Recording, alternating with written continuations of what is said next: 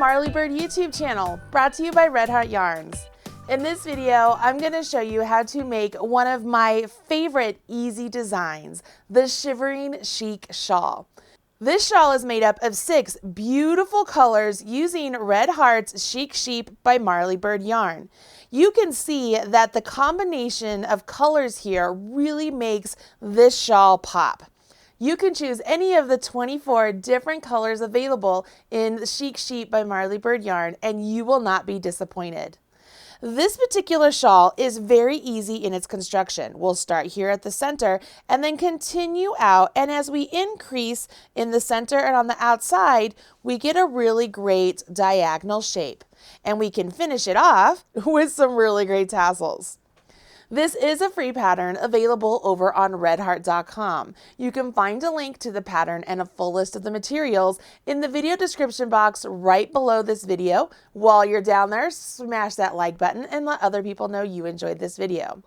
This is a great first-time shawl project for any crocheter. If you can double crochet, then you can make this shawl, I promise. I will show you how to work through the stitches of this shawl, how to do your increases, how to change colors, how to weave in all of those extra tails you're going to have, and then last but not least, I'll show you how to make a really great tassel. So go ahead, get your materials and your pattern, and let's go ahead and jump in.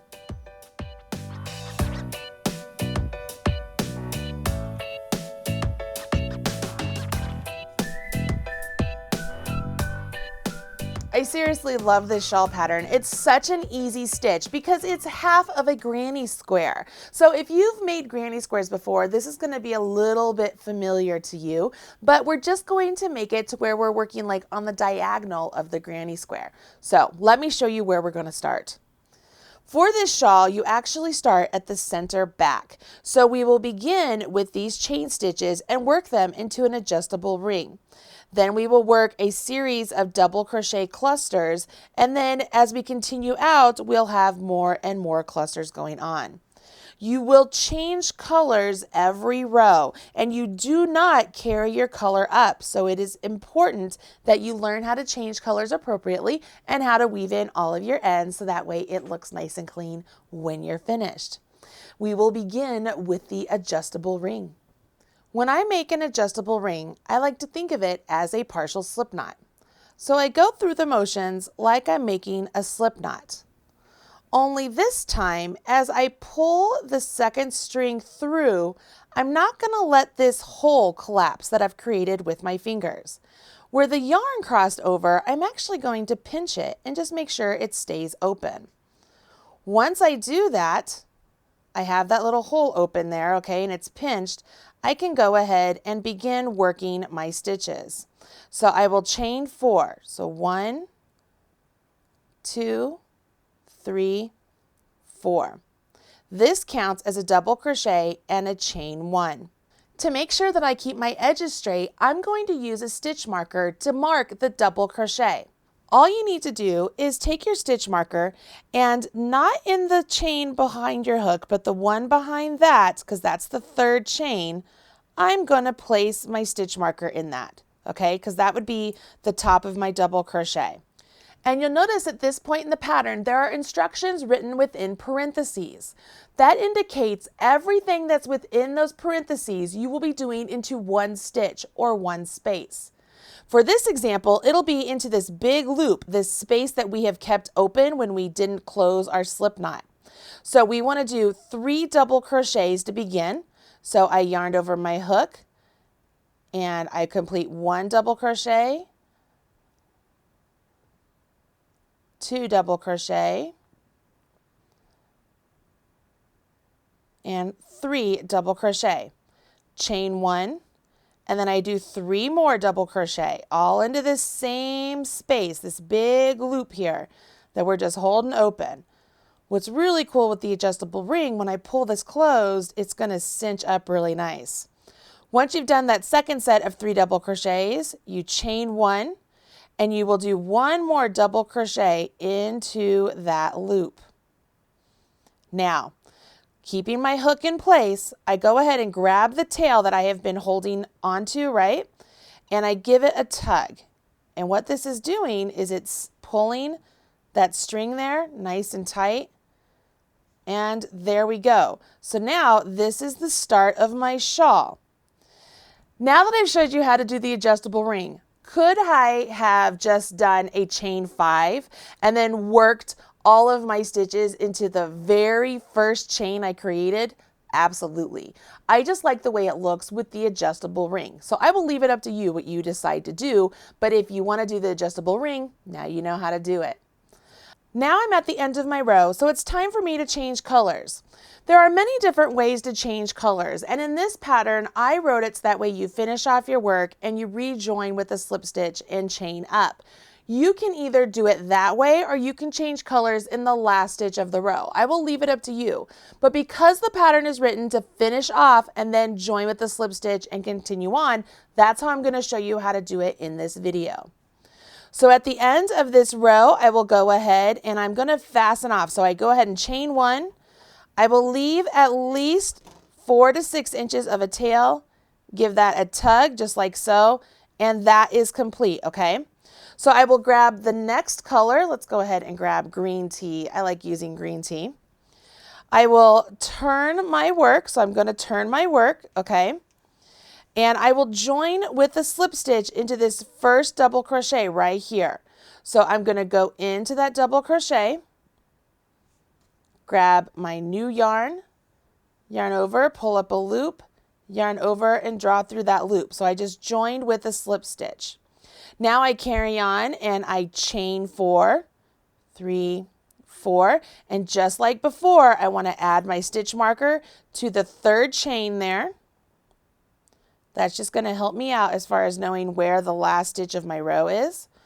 Once I have done that, I can carry on in the pattern. And you'll notice this is where there are instructions in parentheses. So you want to make sure that whatever's in the parentheses, you do within one space or one stitch.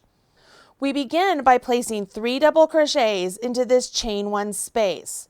So I will place 3 double crochets all into this chain 1 space. Once I've done that, I will not chain 1 in before I get to the next space. So I'm going to skip over all of these double crochets and come over here to this space.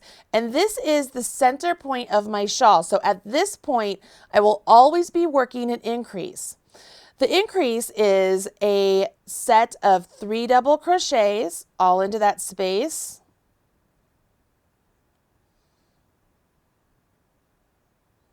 Chain 1, and then 3 double crochets into that space again.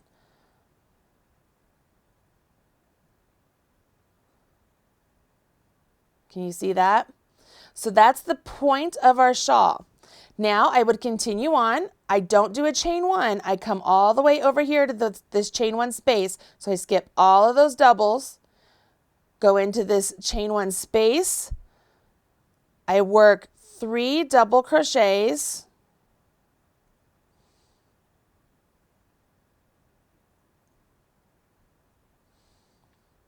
now I have to chain 1 and place a double crochet into that marked stitch, into the third chain of that turning chain. So I've already marked it, so I don't have to look for it.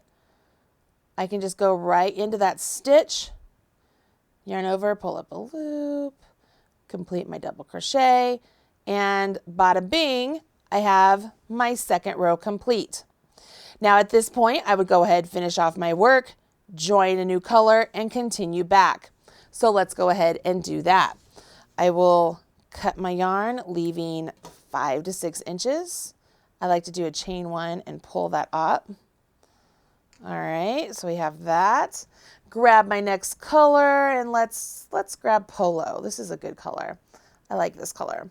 So I'm grabbing Polo. This is the, it's not as light as the green tea, but it's not as dark as Velvet. I will turn my work. And going into the last double crochet I completed, I go ahead, join with a slip stitch. So I yarn over, pull up my new color, yarn over, pull through the loop on my hooks. There's my slip stitch, and I carry on. So here we go. We'll start off with the chain 4. And then we will put 3 double crochets all into this chain 1 space.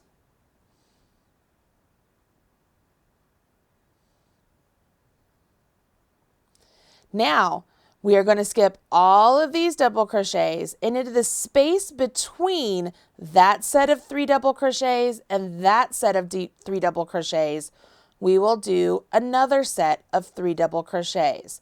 So we're just putting it into the space between the 2 sets of 3 from the previous row. Can you see that? Now, once I've done that, I am going to go to the next chain 1 space, which is at my center, and this is where I will work my increase. Remember, my increase is always 3 double crochets, chain 1, 3 double crochets, all into that center stitch. Once I've completed my center, I then carry on. I skip those 3, go into the space between that set of 3 and that set of 3, and work 3 double crochets.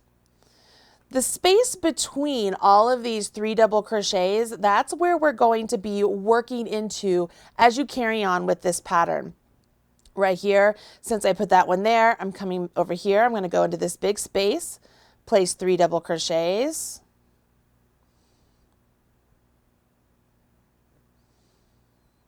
And this is my side edge, remember? So we end it with the chain 1, and then you'll double crochet into that marked stitch. Okay? Now, you'll notice over here, let me put this down and get all the tails out of the way. I did not mark my stitch over here. It was just purely, I forgot. So what I could do is I can take this marker out from down here and just move it up. So I can count 1, 2, 3. This is my 3rd chain, and I can place my marker there. Now, do you have to work those markers? No, you don't need to add the markers. I just find it easier for beginners to know exactly where that stitch is that they're going to be working into. If you don't want to use the markers, you absolutely don't have to. Now, at the end of this row, you would then go ahead, finish off this color, just like you've been doing all along. And then turn your work, rejoin with a slip stitch of your next color into that double crochet space, and then carry on. One thing I am going to suggest right here is don't wait to the very end to weave in your ends. It is just extra work that you really don't want to have to do at the very end of your project when all you want to do is just be done with it. So at this point, I'm going to show you how to weave in the ends that we've already created, so that way you can take a time as you're working along in your shawl, and maybe you work 5 rows and you decide, okay, now I'm going to weave in my ends, and you work 5 rows and you weave in your ends. It just makes it for a much more pleasant crocheting experience when you're at the end and you only have those few ends to weave in. Weaving in your ends or your tails is not a difficult process. You want to use a bent tip tapestry needle. That's the easiest to weave in my opinion. Grab one of your tails and pinch it around the eye of the bent tip tapestry needle. Take that eye, wiggle it down, and you have that little pinched off, and it's threaded. Now, working along the color that is the same color as the yarn you're weaving in, I like to go ahead, you can work down the color in this direction. Notice I'm just going through all of that. Now what I like to do when I'm working with stitches like these is I will actually go up the post of the stitch. Can you see that? I went up the post of the stitch. I will then scoot over, go down the post of the next stitch.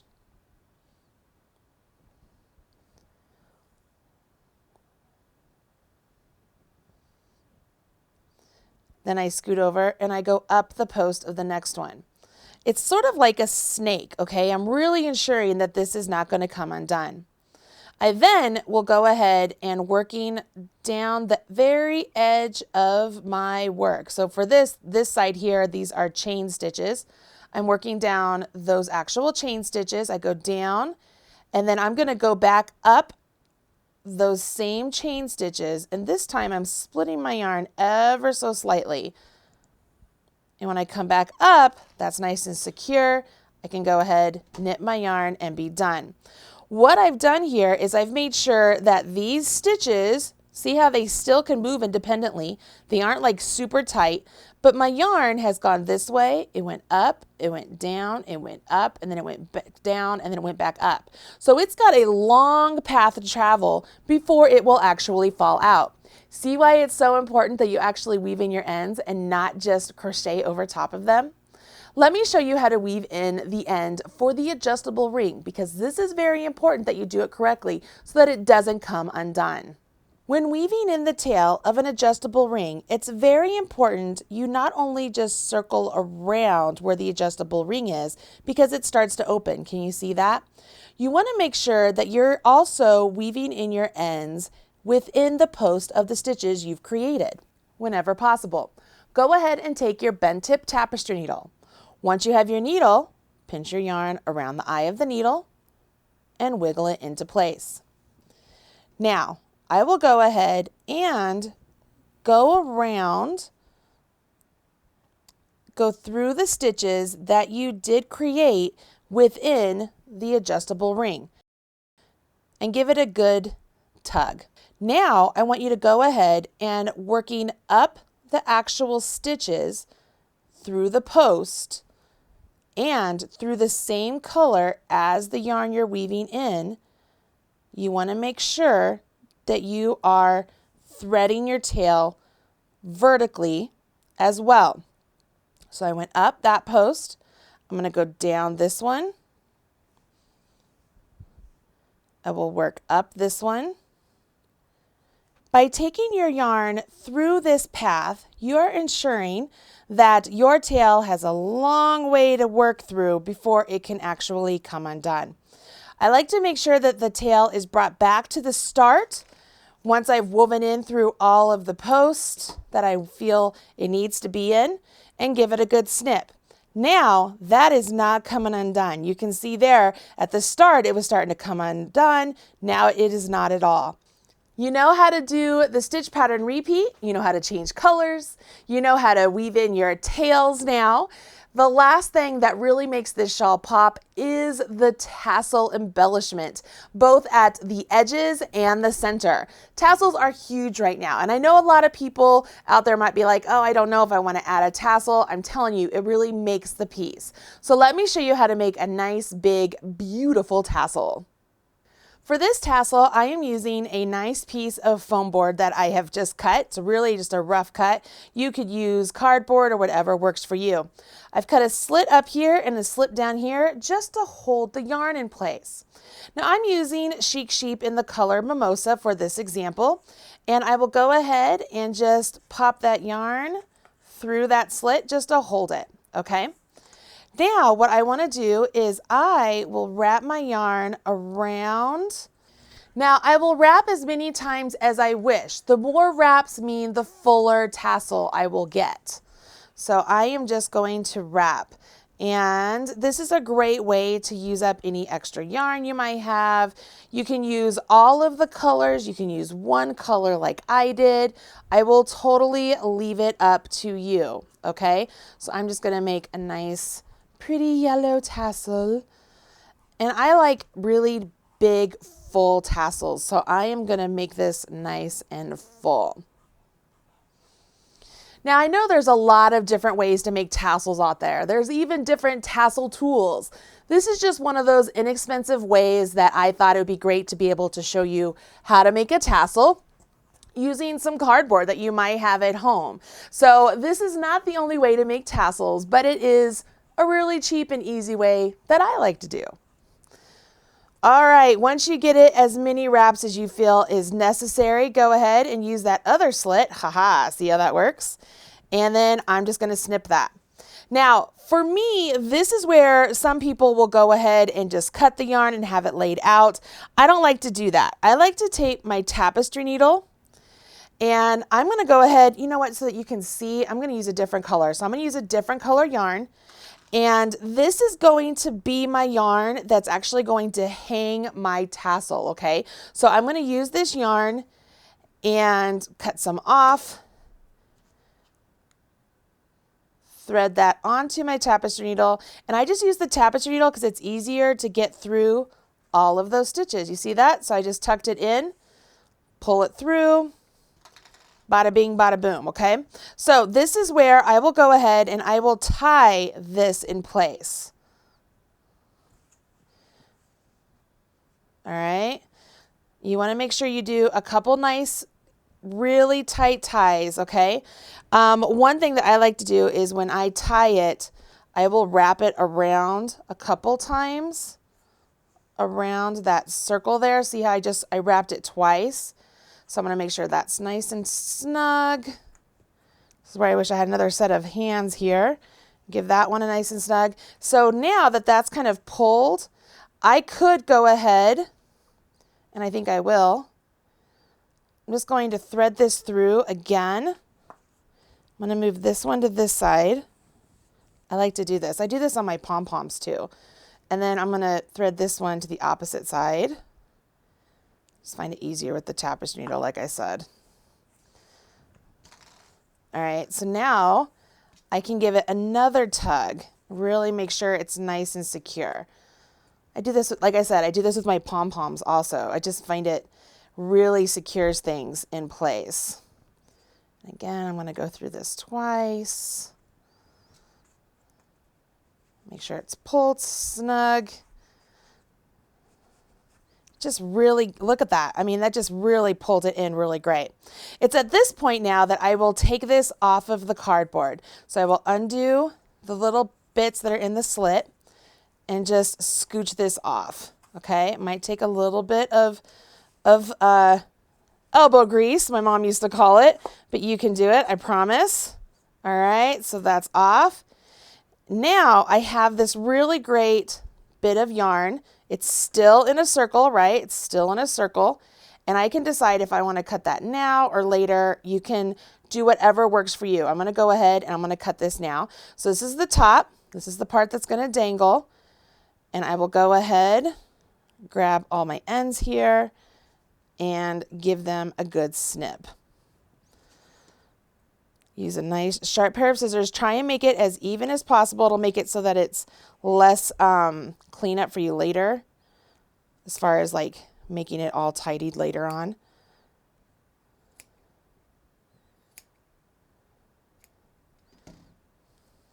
See, there might be a couple there. You can just grab those as they pop up for you. Perfect. Okay, so see, I have it all separated, or not separated. I mean, it's in two pieces. And what I want to do now is I want to create sort of like, I call it the head of the tassel. So this is where I want to take yarn and I want to wrap it around this portion so that I get this really pretty head of the tassel up here. So I like to try and make this as straight and clean and just pretty as possible. Once you've done that, you will go ahead and take whatever yarn you want to wrap around the head portion. So I'm going to stick with this same dragon fruit color. And let's see here.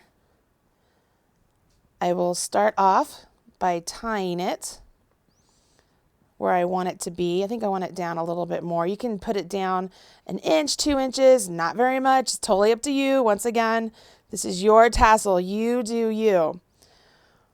Notice I pulled that snug. I'm going to wrap these around again. I told you I do this all the time. It just makes it so that I get nice and snug pieces when I do it that way. So I like to do it where I'm just pulling it around one more time. Giving it a tie again. Okay. Now, this is where I start to wrap. So I'm taking these tails, both of them, and I'm just wrapping around. Okay.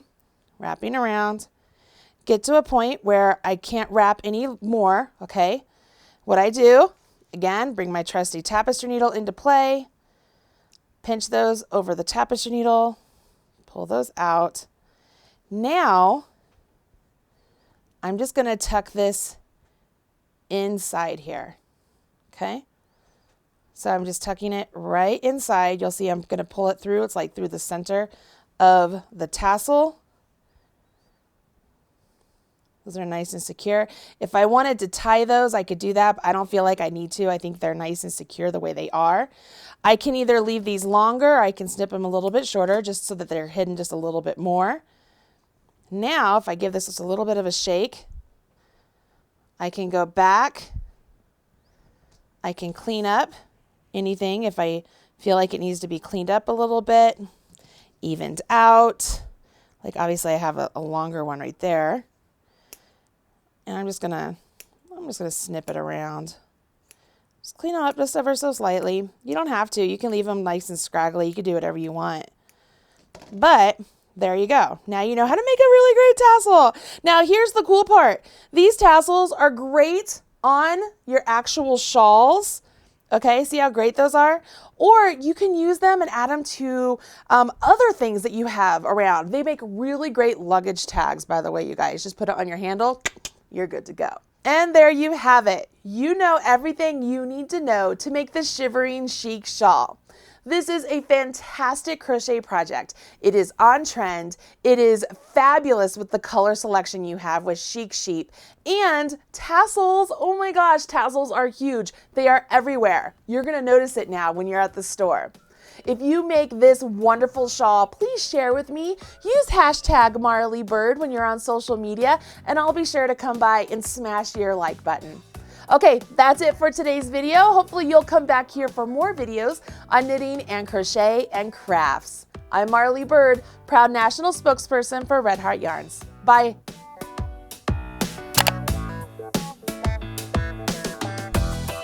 Everything you need to know about knitting or crochet can be found right here on the Marley Bird YouTube channel. Learn with Marley Bird. Visit youtube.com/Marley Bird.